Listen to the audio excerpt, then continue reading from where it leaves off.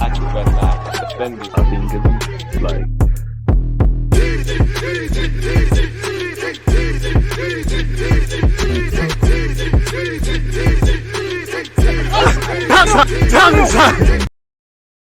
People deluded, I'm back again. Come on, Ian, man. Come on. People deluded, I'm back again. Just like Ian Wright said, I hope everyone's doing well and safe. Now, loan report business. As you know, there's many trials and tribulations of young players establishing themselves in the first team. Some are going to make it straight away. Some are going to have to go everywhere. Everyone's developing at different rates. But somewhere along the line, they're going to be met with adversity. A career is never like that, people. And I think it's interesting to see, how our players do on loan, what they actually do and things like that. The new systems and managers, obviously different managers. Obviously, it's the first sort of building blocks into the real, forgive me for outdated terms, but men's game of football, and it's what they're gonna have to deal with, really. So we wish all our young players the best of luck. Please make sure you're hitting the like button and commenting any opinions you have. Without further ado, let's not waste any time and let me get my Google Doc sheet out now. Let's start with Ainsley Maitland-Niles. It's not really working out for him at Southampton. I think he got 17 minutes in his last game before the international break. Let's hope he's able to put himself in the shop window and obviously start games and get in the team. Ralph Hasenhuttl, as we spoke about in the last one, was very critical on what he needs to improve off the ball. If we start with Tim Akinola, he has 55 minutes of non-league action so far. He came off the bench in the 3-2 victory against Southend, playing 30 minutes, and he got 25 minutes against Oldham as well, people. Scrolling all the way up, people. Moller, he's still injured, so there's nothing of note this week. When you look at Mika Beref, he's had a torrid time early on with injuries, but he did star in his team's 5-1 victory in a friendly against Cambourne, and he got 90 minutes off the bench, people. Let's hope he can do his thing. Who is this? I'm pretty sure this is, I didn't even know, Brooke Norton-Cuffy. Now, I think he's doing the right things. He's building on his loan spell at Lincoln. The only thing, he needs to improve is probably in his technical level and sometimes just a youthful exuberance. I don't think he looks over his shoulder. Sometimes I think he invites pressure. But yeah, man, first things first, I think one thing I like about him is his mentality. And he's been speaking. He said, I think I've done all right, but I know I've got more to give. Great for a young player. I've enjoyed it loads so far. The style of football and the way we play and how and when I get on the ball is something that I'm working closely with the coaches on. And that's the only thing, you do play a bit like Wan-Bissaka. I think the only reason he wouldn't make it at Arsenal is probably if we bring in players. And I do think he's got to improve his position. And I do like his mentality. We're going to get onto it. But in the 0-0 draw against Middlesbrough, I think he was one of the only players not scared. He tried to make things happen. I just feel with the modern fullback, he gets into the final third, but I just think you've got to show a bit more on the ball, when you cross, finding someone, just a bit more quality. I think that's the only thing that will stop him having a career at Arsenal. He said, I'm enjoying it loads so far. The style of football and the way we play and how and when I get on the ball is something that I'm working closely with the coaches on. I've come in and there are things for me to improve, but we're working on that every day in training. The boys have been great in welcoming me, so have the coaching staff. The transition from coming from Arsenal has been really smooth, and I think I've settled in quite well. The first game or two, I found myself blowing at times. Obviously, playing in the Championship, it demands a lot physically, definitely of a fullback.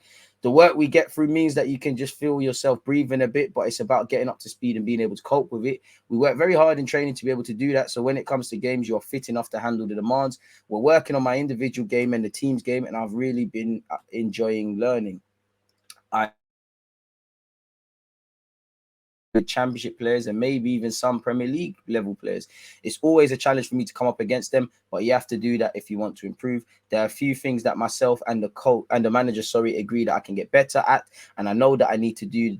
And I know what I need to do that to take my game to the next level. Beyond that, there are things that I can do as an individual which benefit the team. Nearly every single day after training, I'm working with one of the coaches to try and get better in those areas. And that's why I think he's going to have a good career either at Arsenal or elsewhere.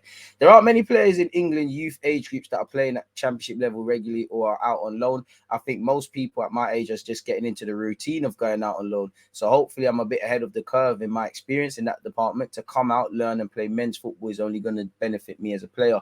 He played in the 3-0 victory against Blackpool Blackpool, people. He got 81 minutes. I think he looked very confident, or confidence, as it says here. As you can see, I do my notes live in real time and should really polish them up.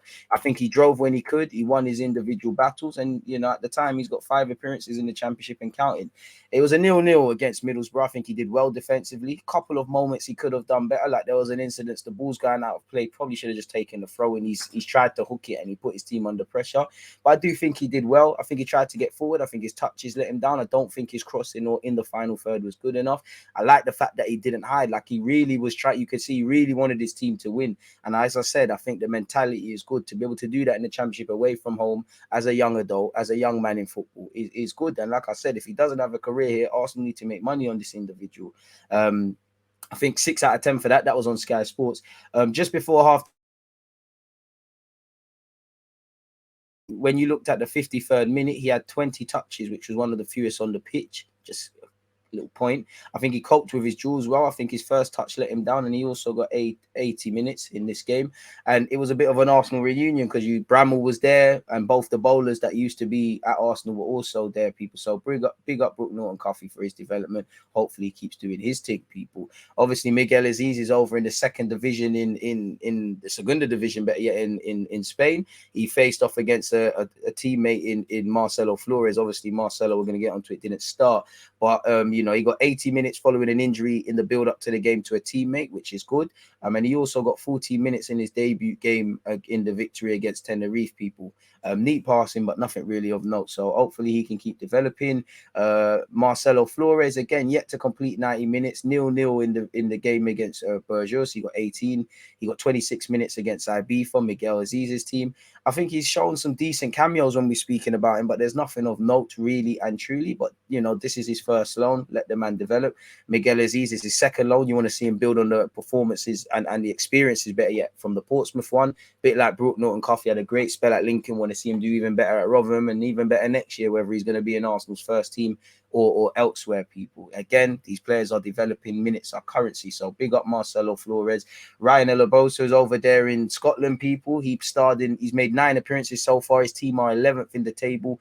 He played 90 minutes against Livingston in their 1-0 victory, and he gave him a good account of himself. Maziz, he's seen the highs and lows of being a footballer. A couple weeks ago, he helped knock Fulham out of the competition, out of the cup competition. He got 9 minutes in the 3-2 victory against Stockport versus Wimbledon. After 28 minutes, he had a terrible time. He was sent off. He handballed and conceded a penalty. You do that at youth level, obviously you're made to pay for it, but in the senior game, there's question marks. So hopefully he does better. Arthur Okonkwo, again, potentially a second at best, probably a third choice. I don't really think a second choice keeper in Arsenal's first team, but what do I know? He's out there developing, people. He played in the 1-1 against Hartlepool. He did make some decent saves, I felt, and he got 90 minutes, and he also starred in his team's victory against Crawley. Tyrese John-Jules, for his solo effort that we spoke about already, 1 goal of the month for Ipswich, people. He got 21 minutes against Bristol Rovers. Against Sheffield Wednesday, he got 69. He was better in the second half before subbed, or summed, as it says here, people, before subbed. He played some very clever passes. He did the Lacazette thing well, but nothing beyond that. And he got 25 odd minutes against Arsenal's under-21s in this week's cup competition, where his parent team lost in Arsenal, but his loan club, Ipswich, won. They scored a goal early on in the first 3 minutes, and they scored late on in 5 minutes or so before time. So yeah, he's doing what he needs to do. I want to see him play a bit more and things, but the man's got ability. It will happen. Again, it's not happening for Omar Rekic. He's been on the bench. He's got no minutes in the last 4 league games. He's still only played 12 league minutes. He's been on the bench in the last 5 games, and if it continues, things can change in the season. And loan him out elsewhere, people.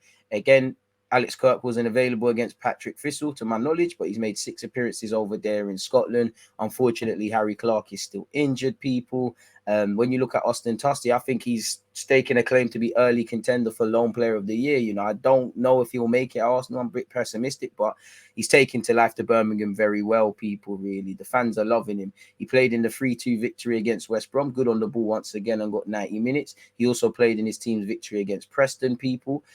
He's played all but 1 game, which was Swansea. He also got 90 minutes. He had a good chance to score against Coventry, but he did his thing in the 90 minutes in their 0-0 draw. His manager's been talking him up. He said, it's a fantastic opportunity for Auston this year to come in and play championship football week in and out. There are loads of things Austin needs to get better and develop, but he has so many positives as well. I think we are really lucky to have him at Birmingham City. I think he's an excellent centre half, and he's going to have a really big future going ahead as long as he keeps developing and has the right attitude.